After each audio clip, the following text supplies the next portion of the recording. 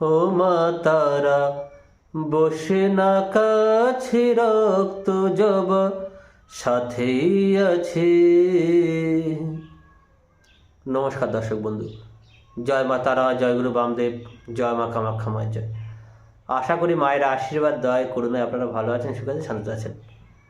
প্রজ্বলিত জীবন অনুষ্ঠানে আপনাদেরকে জানাই স্বাগতম। দর্শক বন্ধু, আজ একটি অত্যন্ত শক্তিশালী পাওয়ারফুল বশীকরণ নিয়ে আলোচনা করব, যেটি প্রয়োগ করলে বশীকরণ হবেই হবে। বশীকরণ হওয়া থেকে কেউ আটকাতে পারবে না। বহু মানুষ চেম্বারে এসে বলেন, ফোন করেন, দাদা বহু জায়গায় কাজ করিয়েছি কিন্তু বশীকরণ হয়নি, বিভিন্ন জায়গায় প্রতারিত হয়েছি, অর্থ গেছে, সময়ও গেছে, কিন্তু আলটিমেট রেজাল্ট হয়নি। যে সমস্ত মানুষ বশীকরণ করা থেকে বহু জায়গায় প্রতারিত হয়েছেন তারা এই বিদ্যা প্রয়োগ করুন, বশীকরণ হবেই হবে। কোন কোন ক্ষেত্রে প্রয়োগ করবেন? স্বামী স্ত্রীর মধ্যে প্রয়োগ করতে পারেন, প্রেমিক প্রেমিকার মধ্যে করতে পারেন, কোনো কাঙ্ক্ষিত প্রিয়জন বা মনের মানুষকে বশীভূত করবেন সেক্ষেত্রে প্রয়োগ করতে পারেন। লিগ্যাল ক্ষেত্রে প্রয়োগ করবেন, কোনো ইলিগাল ক্ষেত্রে প্রয়োগ করবেন না।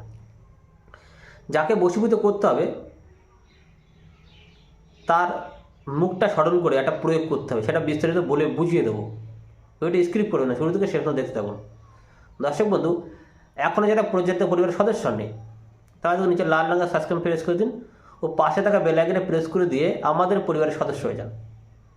দর্শক বন্ধু, যে কোনো পূর্ণিমা তিথি চলাকালীন কাজটা করতে হবে। যে কোনো পূর্ণিমা তিথি চলাকালীন কী করবেন? গঙ্গা মাটি সংগ্রহ করতে, গঙ্গা মাটি। আপনি গঙ্গায় যাবেন, গঙ্গায় গিয়ে গঙ্গার পাড়ে আপনি ডুব মারবেন, মানে জলে ডুব মারবেন, গঙ্গা নদীতে ডুব মারবেন।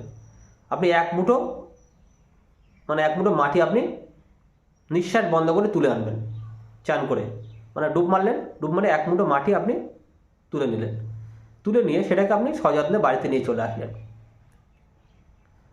সেই মাটিকে একটা পুতুল তৈরি করেন, পুতুল মানে যাকে বশীভূত করতে হবে তার মুখটা স্মরণ করে একটা পুতুল তৈরি করবেন। ছেলে হলে ছেলে, মেয়ে হলে মেয়ে পুতুল করে পুতুলের বুকে কাম সিঁদুর দিয়ে তার নামটা লিখবেন, যাকে বশীভূত করতে চান। কাম সিঁদুর, অরিজিনাল কাম সিঁদুর যেগুলো কামাখ্যা থেকে আসে, কাম সিঁদুর দিয়ে তার নাম লিখবেন।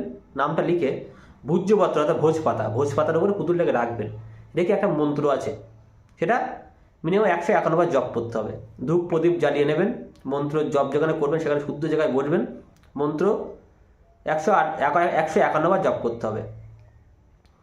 মন্ত্রটা জানার জন্য আমাকে ফোন করুন। ওপেন ইউটিউব চ্যানেল দিলাম না, কারণ বহু মানে ভুল কাজে প্রয়োগ করে দেবেন। আমাকে একটুবার ফোন করবেন, অনুমতি নেবেন আর মন্ত্রটা নিয়ে নেবেন। মন্ত্র জানার জন্য ফোন করুন। মন্ত্রটা ওপেন ইউটিউব চ্যানেল দিলাম না, কারণ অনেকে ভুলভাল কাজে প্রয়োগ করে দিতে পারে। যাদের প্রয়োজন আছে তারা শুধু একটিবার ফোন করে আমার থেকে অনুমতি নিয়ে নেবেন ও মন্ত্রটা নিয়ে নেবেন। জপ করে সেই মন্ত্রে জপ হয়ে গেল, পুতুলটাকে প্রবাহিত জলে ভাসিয়ে দেবেন। নদী অথবা গঙ্গার জলে, জোয়ারের জলে ভাসিয়ে দিতে হবে। দিলে সেই মনের মানুষ যত কঠিন হোক না কেন, যত শক্ত মনের হোক না কেন, সে বশীভূত হবেই হবে। 7 দিনের মধ্যে বশীভূত হবে। প্রয়োগ বিধি করে দেখুন বশীকরণ হয় কি না হয় বুঝতে পারবেন। তবে এগুলো চিরস্থায়ী নয়। চিরস্থায়ী বিদ্যা প্রয়োগ করার জন্য আমাকে যোগাযোগ করবেন। যে সময় তোমার চিরস্থায়ী কাজ চাইছেন লাইফ টাইমের জন্য, প্রিয়জনকে ফেরানো, বশীকরণ, বিচ্ছেদ, শত্রুনাশ, আর্থিক সমস্যার সমাধান, দাম্পত্য সমস্যার সমাধান, গুরুদর্শন, বাস্তুদর্শন, তার সাথে একটু যোগাযোগ করবেন। সকলে ভালো থাকবেন।